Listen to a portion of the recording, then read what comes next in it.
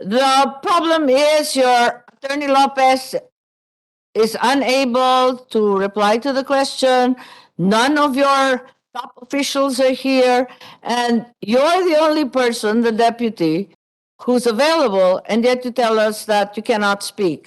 So, Deputy Gigi, kasali dyan yung Coast Guard? Yes po, kasali po sila. Kasi sabi niya, kikilos lang siya pag tinawagan siya ni Presidente. In the meantime, it's a little depressing to hear that the National Task Force on the West Philippine Sea has not been activated at all after all these years and all these note verbal.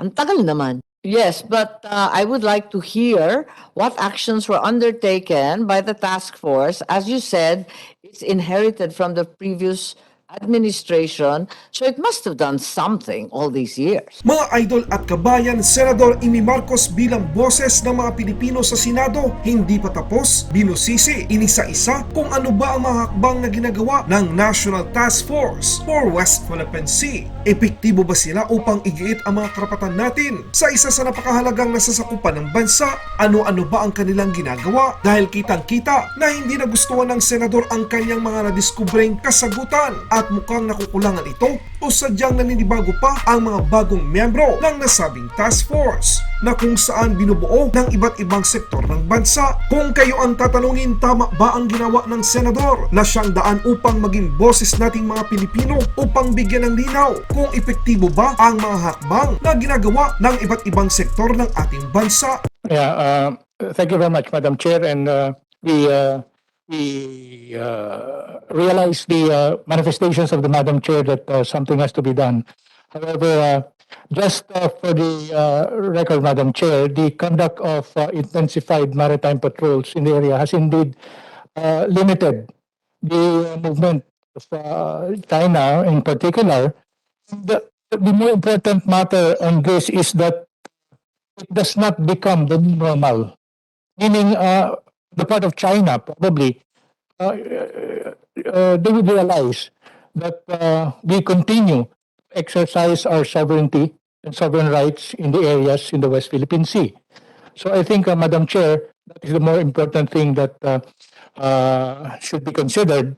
And insofar as the security sector, Madam Chair, the coordinated actions are governed by the National Task Force on the West Philippine Sea.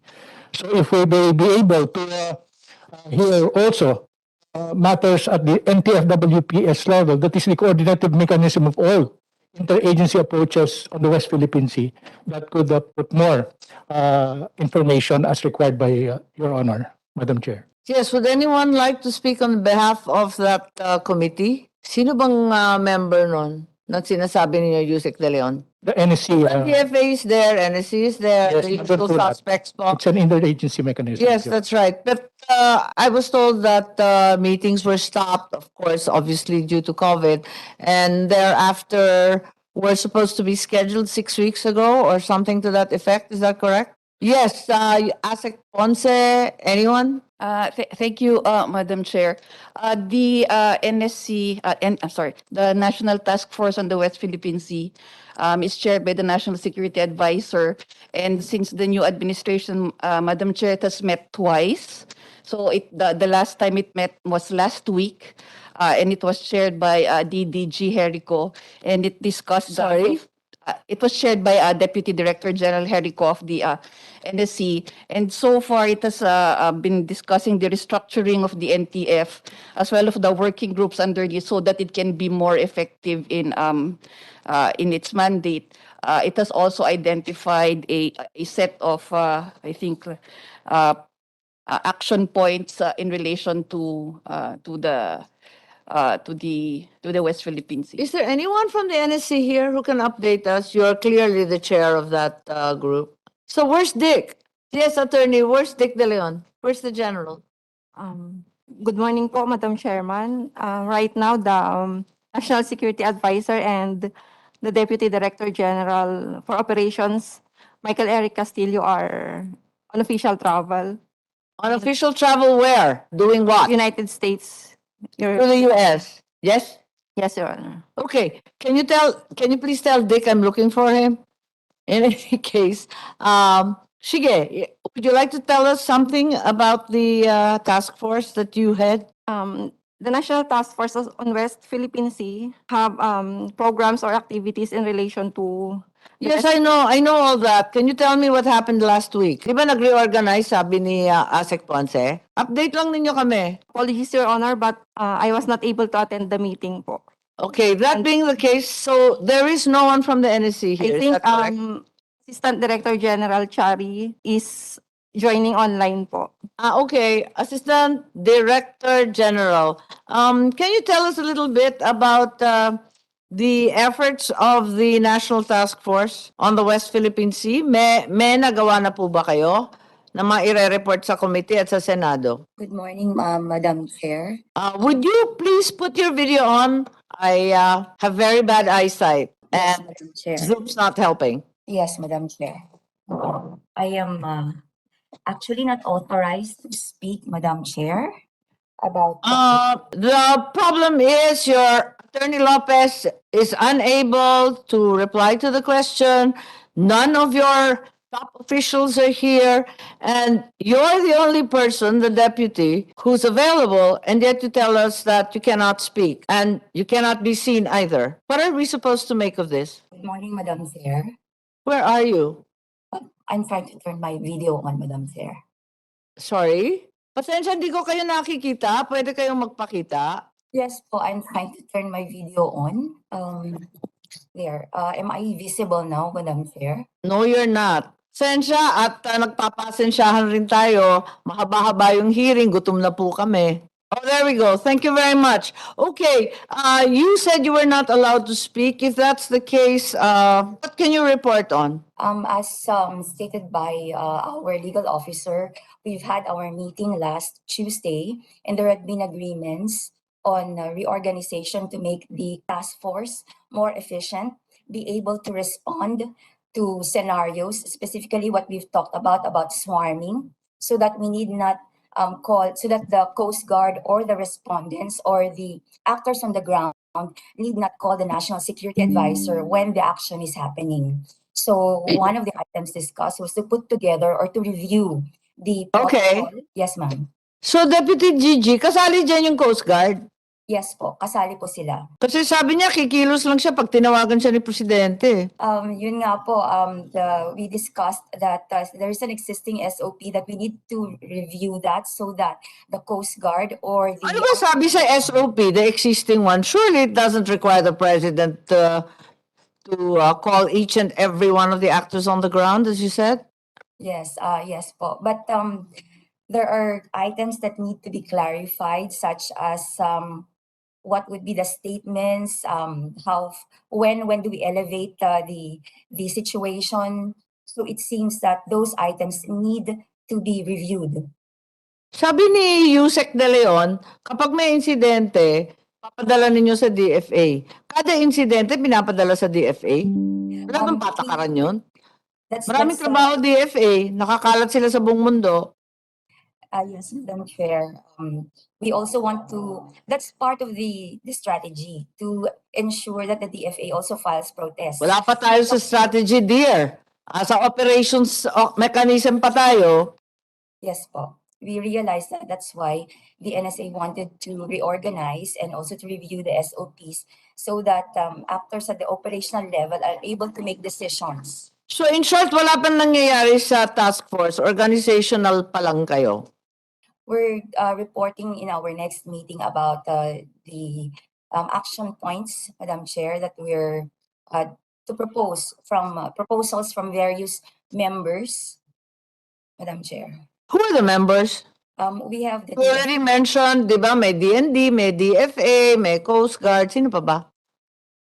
NSC, sino pa? Yes, po, the AFP, So, the PNP, alin? Armed Forces of the Philippines. AFP, of course. Yes, PNP po. Yes po. And there are also civilian members from Palawan, for example. Opo. Okay, sige.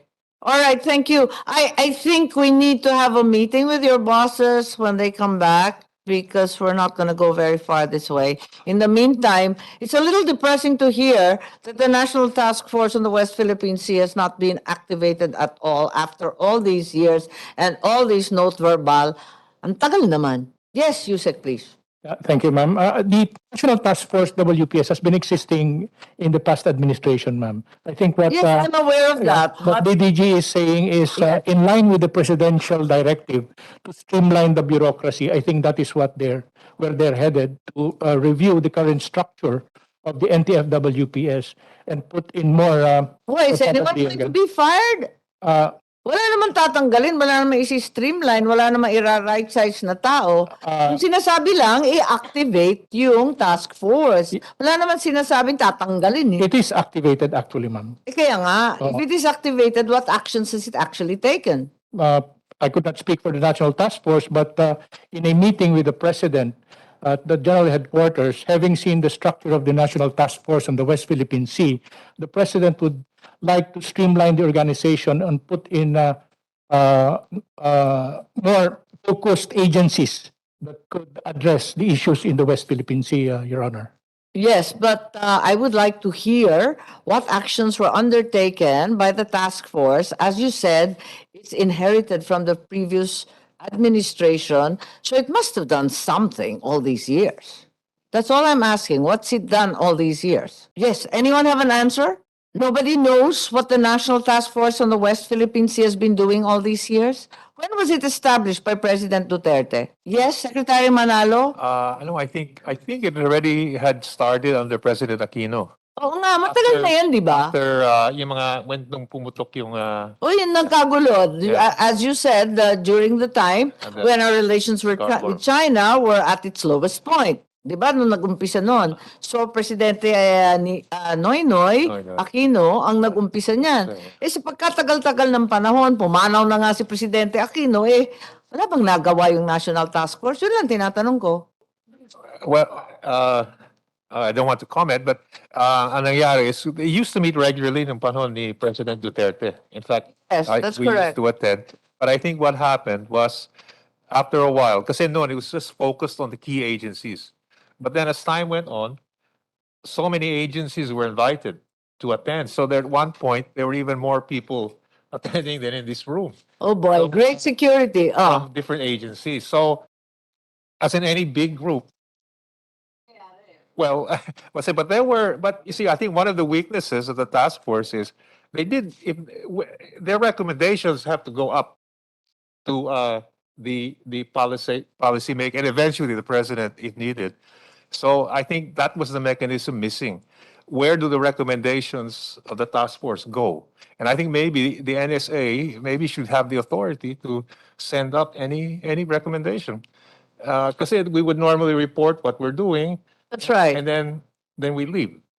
And I think that was, at least in my opinion, maybe something lacking, how to get the recommendations of the task force up to the policy. Was the task force created by an EO?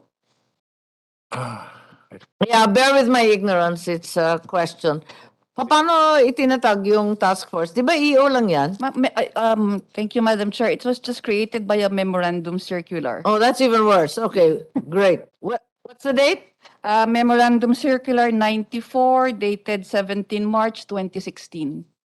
Okay, 2016. As a general rule, in my understanding of the military as well as general administrative principles, a task force should only exist from 6 months to 2 years. So this is 2016 to the present. It's high time for a new task force if it's still necessary or some other mechanism that's more efficient, right? Because clearly President Aquino established this for very specific ends in mind, no? And that were paramount in 2016, but that's a long ways away. Siguro mag-isip tayo ng bago na i-promote. Malamang task force pa rin kasi maganda naman yun, pero dapat baguhin na. So just from general principle and available information, I think that seems to be the thing to do. Laban Pinas.